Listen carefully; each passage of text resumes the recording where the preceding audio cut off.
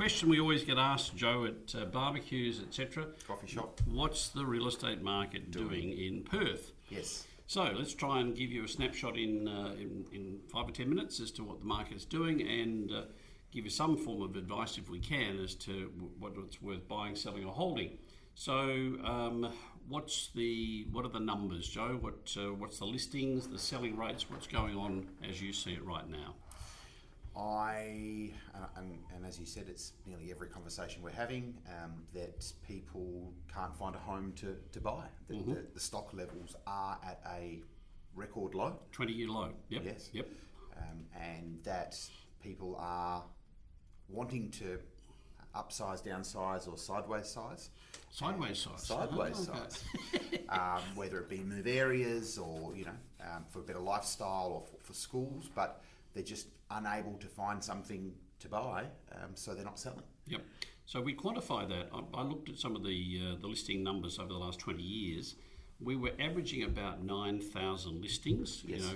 When the market collapsed when did it collapse? In 2008, we had 16,600 properties on the market. We've currently got 7,160, so less than half of that. We need 9 to 10 to make equilibrium. We've got 7. So when you look at that compared to our sales rates, we're still selling in Perth 1,000 a week. Yes, and I believe last week was an all-time high for the quarter. Yep. That we pushed over the 1,000. So Okay. we're in that 9 to 1,000 space. So we've got less than 7 weeks stock in the market right now. Yes. And we're still selling 1,000 every week. So it's very much hand to mouth right now, isn't it? Absolutely, it is. And that's really mostly, I think mostly in the home space, not in land or apartments, should I say. Mm-hmm. So it's more about the family homes, or the properties that have a bit of land around them, the smaller strata complexes that are really selling well. Mm-hmm. And the great majority of owner occupiers. We're still seeing only about 5% of investors, aren't we? without a doubt, and that's probably even lower than that, and I don't see that in the short term in WA changing. Nothing. But it is area dependent. Yep. And there is more activity in, I think, higher yielding, lower valued properties than for investors. Whereas around where we are, we're seeing obviously the average sale price for us is probably in the mid-8s to 900, and that's really why we're seeing that turnover for the owner-occupier in the family home. Yeah, the investors are starting to concentrate again on yield, on rents, as you say. Yes. And, as we mentioned in a previous podcast, when you start getting tenants applying for properties $100 a week more on a $500 property, the investors are going to start to go back, and you know what, that's not a bad yield. And that makes sense. Get back into that. Absolutely. Yeah. Yeah. So the numbers, I guess, are important right now. The median price for houses in Perth, 545,000. Units, 400,000, and land is for 241. So when you look at it, it hasn't changed a lot. Certainly in land, it's come back a bit. And units as well, and as we said, the apartments, and you can see that with the buyers in that space. I would say in the last quarter, this year, January, February, March, we've probably seen more than half the amount of buyers inquiring and purchasing apartments. Yes. And that would be from obviously what our team sees. So, and land, we all know that building in Perth or in Australia at the moment is quite difficult, because trying to get trades and supplies is just taking way too long. So the established market is obviously reaping the rewards from that. Yeah, and the trends are that the land has come off from 250 to 241, so it's not a massive drop. Yeah. And units have come down from 416 to 400.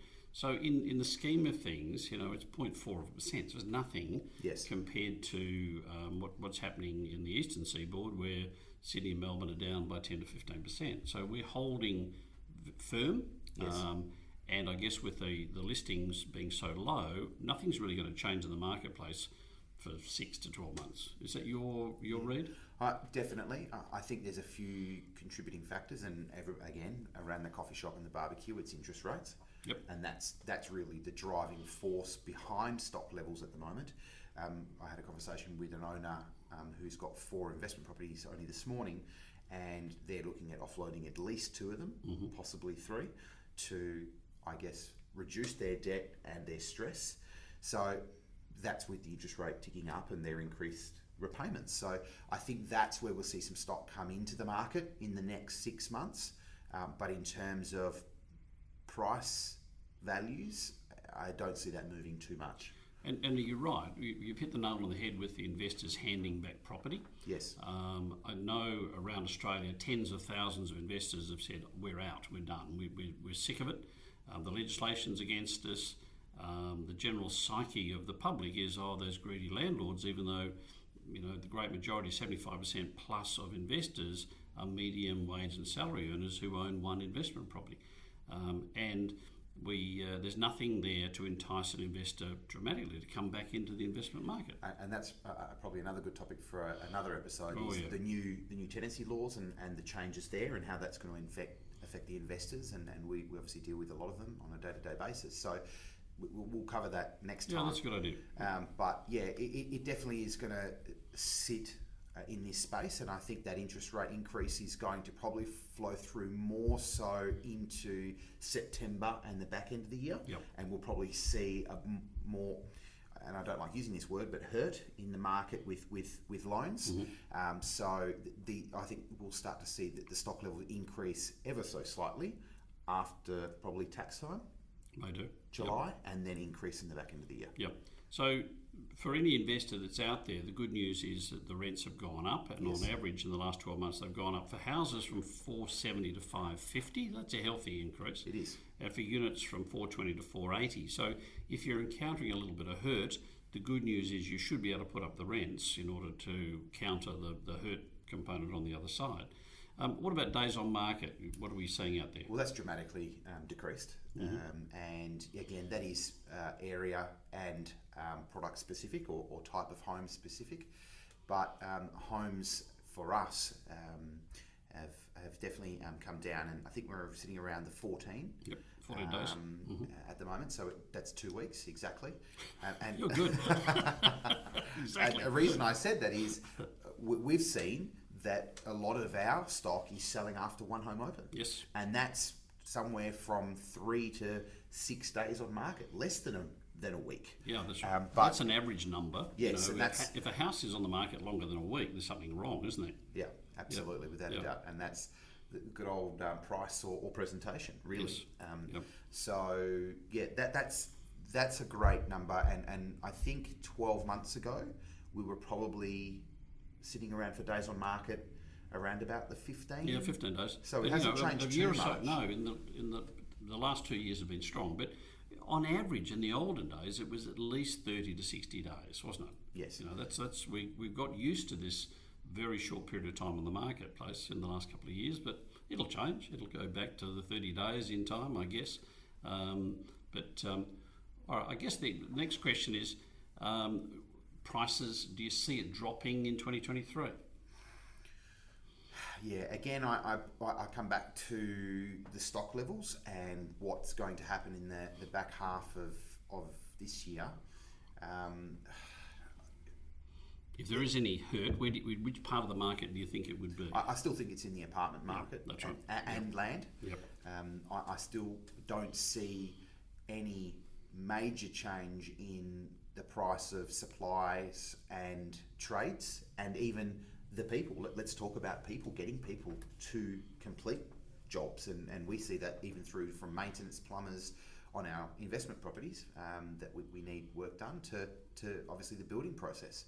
So yeah, I'm confident that population hopefully will increase and continue to increase as obviously the government opens things up for workers to come in on visas.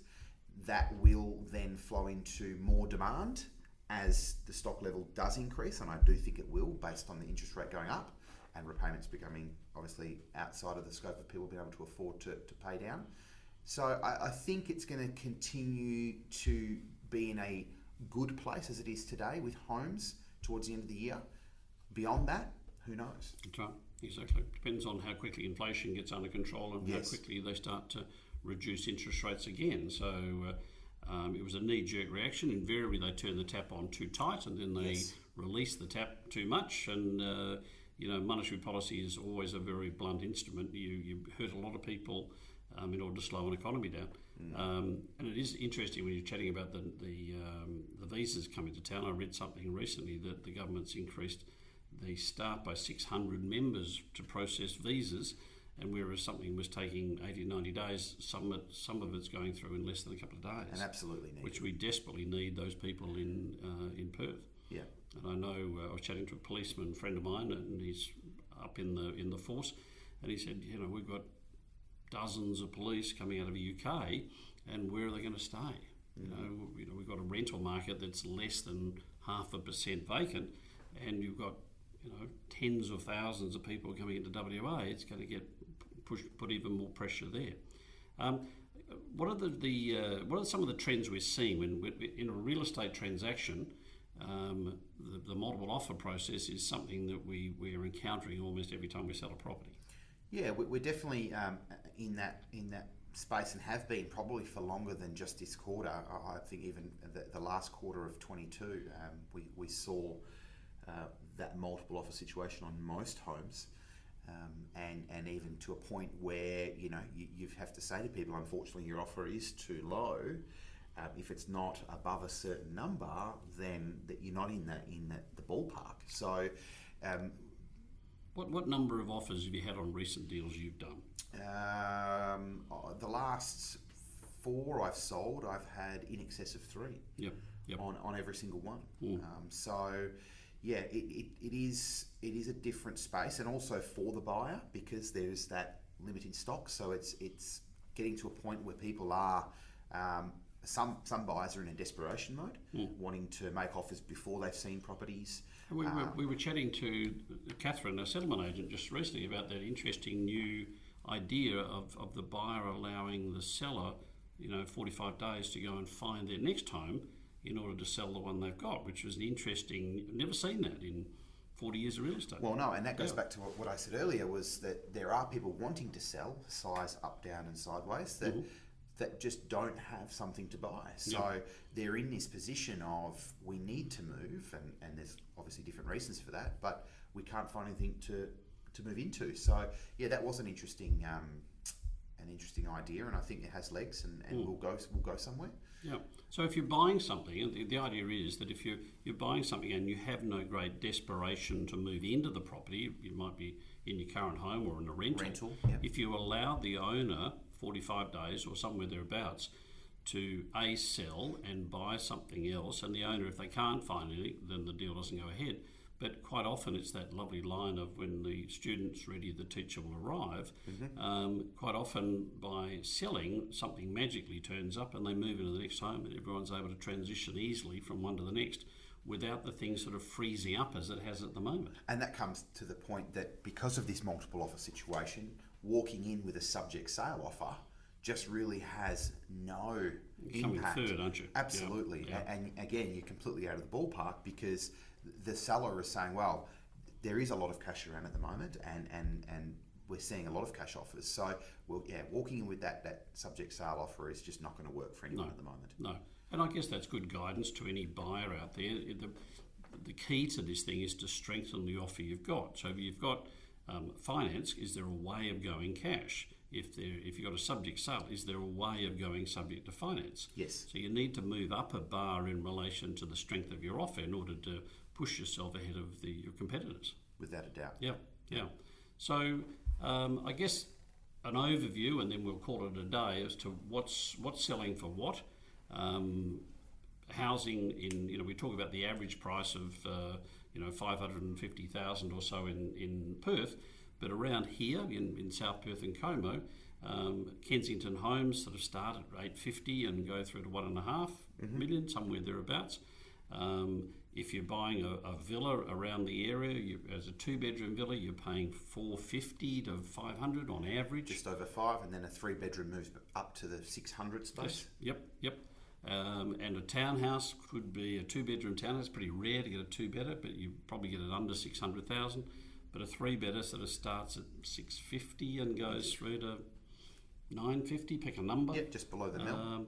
And apartments, well, they can be anything from a 1-bedder at around 300,000 to 12 million. It depends on the view, how big they are, what sort of an aspect, and how new the property is. So, Absolutely. And look, and the homes at the moment that we're seeing selling, there's a big demand and probably transacting more in that 1.5 to 2.5, 2.7 space in terms of family homes in the area, which is obviously the smaller lots to full lots, be it 1,000 square metres and 4-bedroom, 2-bathroom with multiple living spaces.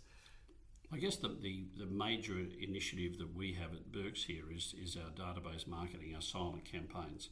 And we're selling, I guess, 20%, pick a number, Probably just over, off market, so that we're quite often testing a market on behalf of a client to our database of people, inviting them to a silent home open and giving them preview, what we call a VIP opening.